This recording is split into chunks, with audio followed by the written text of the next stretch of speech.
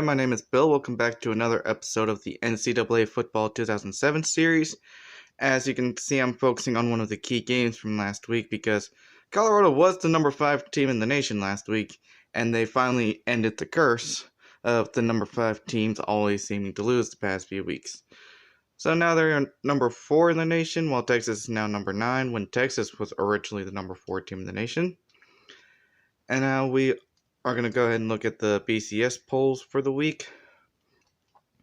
Week with number 1 being McNairy Central, number 2 being West Virginia, number 3 is Colorado, 4 is Penn State, 5 is Tampa Bay, 6 is Ohio State, 7 is Wisconsin, 8 is Arkansas, 9 is Northern Illinois, 10th is Texas, 12th is Minnesota, 11th is Minnesota, 12th is Oregon, 13th is Michigan, 14th is Auburn, 15th Arizona State, 16th Florida State, 17th Oklahoma, 18th North Carolina State, 19th is Iowa, 20th is Boise State, 21st is Florida, 22nd is Texas A&M, 23rd is Alabama, 24th is San Diego State, and 25th are the good old Tennessee Volunteers. Now the top 25 polls for the week. We have, of course, in the coaches poll, McNairy Central being number 1, West Virginia number 2. They seem to be destined to go head-to-head in the national championship at this rate. Number 3 is Penn State. 4, as we've discussed, is Colorado. 5 is Tampa Bay. 6 is Ohio State. 7 is Wisconsin. 8 is Arkansas. 9th is Texas. 10th is Northern Illinois. They get another first place vote this week. Somebody really loves Northern Illinois. 11th is Michigan, 12th is Minnesota, 13th is Oregon, 14th is Florida State, 15th is Auburn, 16th is Arizona State, 17th is Oklahoma, 18th is North Carolina State. Well, they had a bye week last week and they jumped up 3 spots. Impressive. 19th is Boise State, 20th is Iowa, 21st is San Diego State, 22nd is Florida. Florida always seems to keep falling in and out of the rankings for some reason.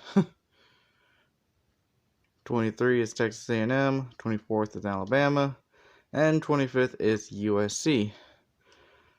And the only team to fall out of the top 25 this week is Nebraska.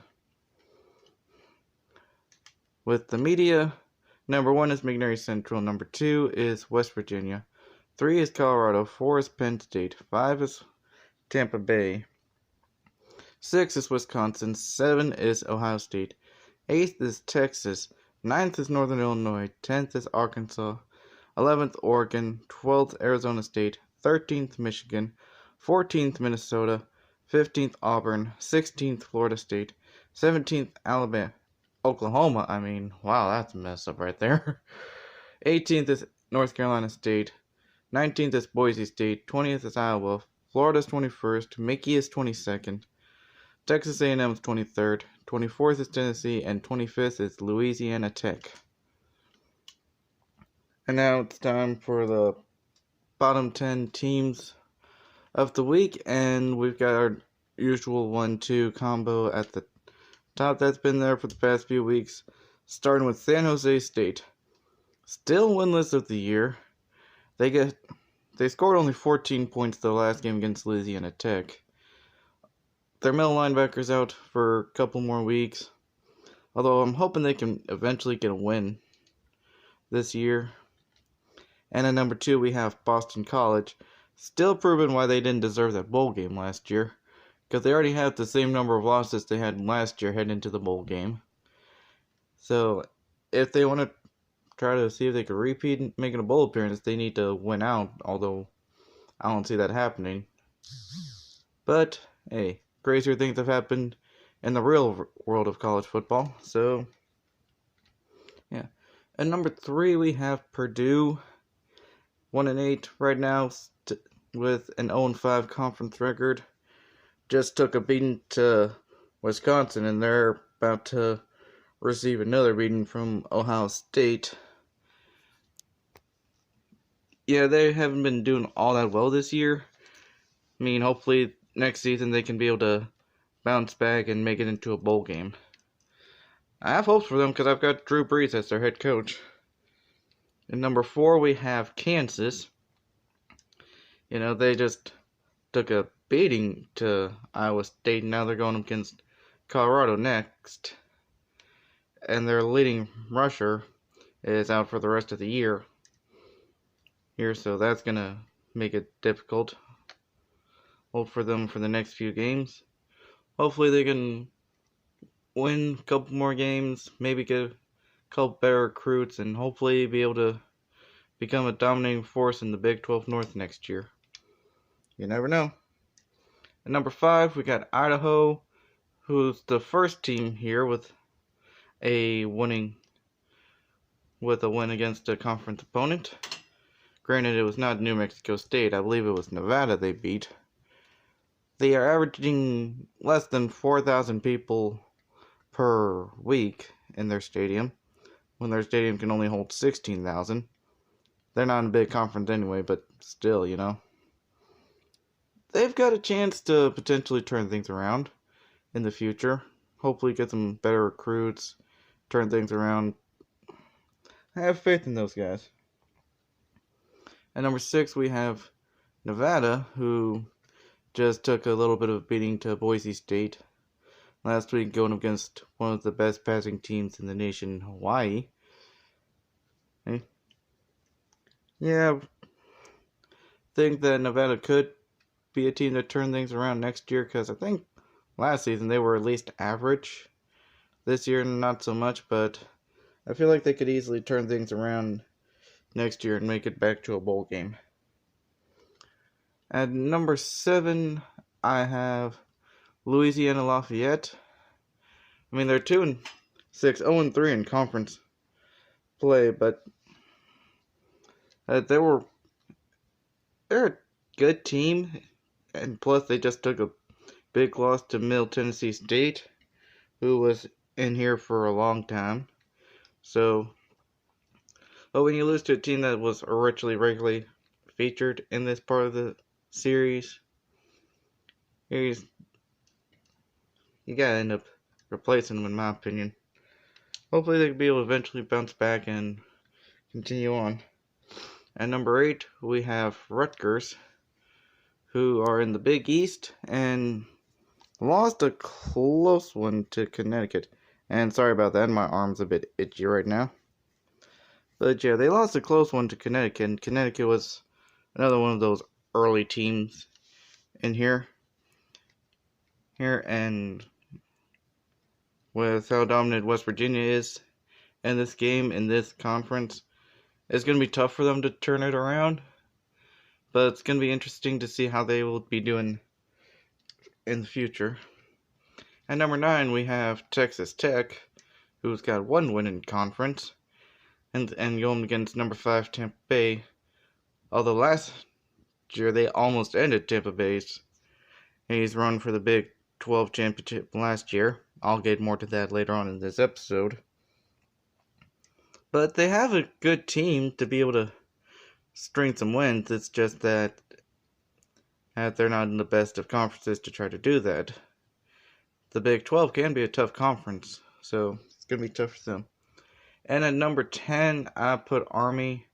Even though they've only played 6 games compared to Rice playing 9, and Washington and Texas Tech and Louisiana Lafayette all playing 8.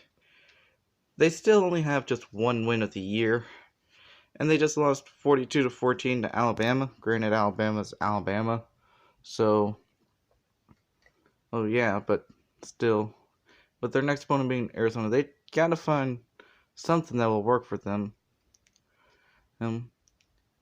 Their passing alright, and I believe their rushing is probably good as well. They're running the triple option like they are nowadays.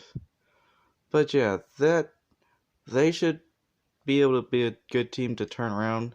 Plus, they're in the independents, so they can basically choose who they want to play against out of everybody in the nation. Could be able to turn it around, And now it's time for the 5 key games this week, with us being a little over a virtual month away from the conference championships. We will go ahead and start off with few key matchups that can easily determine the fates of each conference. Starting with Marshall and Southern Miss. In this Conference USA matchup between the Marshall Thundering Herd and the Southern Miss Golden Eagles. Whoever wins this game keeps pace with UAB in the CUSA East.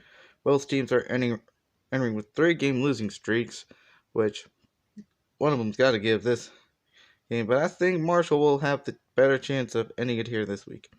The Herd will rely on having to pass the ball and forcing the Golden Eagles to pass on defense. And, their passing offense is one of the better ones in the nation. It's top 30 still against a top 50 pass defense. And Southern Miss has one of the worst passing offenses in the nation. I think this game will come down to the wire, though, but I say Marshall will win this one. And then next one, we have a nice little race in the Big Ten, with the Big Ten which is a 6-way race, including Wisconsin and Iowa. Well, Iowa and Wisconsin both have lost against Ohio State, which affects their chances of winning the Big Ten championship. And whoever wins this will certainly be eliminated from the championship picture. I think Wisconsin's going to catch Iowa off guard and win this one with the running game, seeing how Iowa couldn't stop Ohio State's running game. Iowa will be eliminated from the Big Ten championship run and will fall also to a top 10 defense in the nation, because they will make sure that balanced offense will be in check. Should be a good game, though. I say it's going to be a close one. And my third key matchup for the week is going to involve the MAC conference between Miami University and the Buffalo Bulls. These two teams are battling for the MAC East, are going to help determine who gets to go to Ford Field for championship Saturday. Both are 4-4, which means 2 more wins and they will be bowl eligible. So best of luck to both these teams in trying to make a bowl game, and that will definitely help their programs for the future.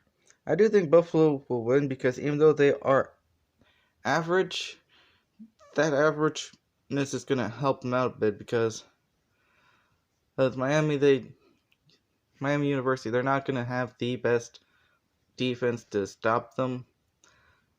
And I think it should be a close game. And I think the Bulls will win, but the Redhawks will be keeping the game close.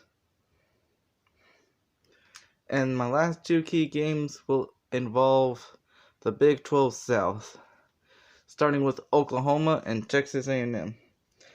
And Big 12 South is currently in a 3-way race involving Oklahoma, Texas, and Tampa Bay. Texas A&M were pretty much eliminated by the Lightning last week and are looking to end the Sooners' chances as well. Oklahoma does have a great team this year, with their only loss being to Texas, and have a chance to still make it to the Big 12 championship, with Texas losing some time in the season and beating Tampa Bay in a few weeks. Texas A&M is in a bit of a slump, with losses to Colorado and Tampa Bay, and are facing another tough team this week. I say Oklahoma will win this one, with that high-powered offense being the second best in the nation, and that top 15 defense, and up against Texas A&M. I think they will win big in this one and keep their Big 12 championship hopes alive. And the next one is against number 5 Tampa Bay and unranked underdog Texas Tech. Tampa Bay nearly missed being in the Big 12 championship game last year because of this game, because last year as well it was a 3-way race between Oklahoma, Texas, and Tampa Bay, because Tampa Bay had losses to Colorado and to Texas Tech, but they won against Texas and Oklahoma, which helped them into going into the Big 12 championship game. Now, with their only loss being to the Longhorns, the Lightning need to make sure they don't lose this year as well. The Red Raiders have one of the best passing offenses in the nation, which will put the Lightning defense to the test, because they are the 66th best passing defensive team in the nation. Although they've got a top 25 defense, they gotta force Texas Tech to run the ball. You can't let them throw for 500 yards on you again this year. Here. And I say if they do force Texas Tech to run the ball, victory will easily be theirs. I say the Lightning will prevail and keep hope alive for the Sooners matchup in Week 12. I went and looked ahead. That will definitely be a key matchup in 2 weeks virtual time, and I don't know how long in real world time. But those are the 5 key games for the week. As you can see, we got a few more interesting matchups. Northern Illinois, I'm hoping they can stay undefeated though, because it's going to be interesting to see how Northern Illinois will do. Because last year the MAC team that was running through the conference was Ohio. This year it's Northern Illinois, so that's going to be interesting to see how they do. Texas going against Oklahoma State, that's going to be interesting to see there as well. Well, along with San Jose State going against Fresno State, hopefully eventually San Jose State can get a win, because they've lost 15 in a row. I hope they can bounce back and eventually get a win.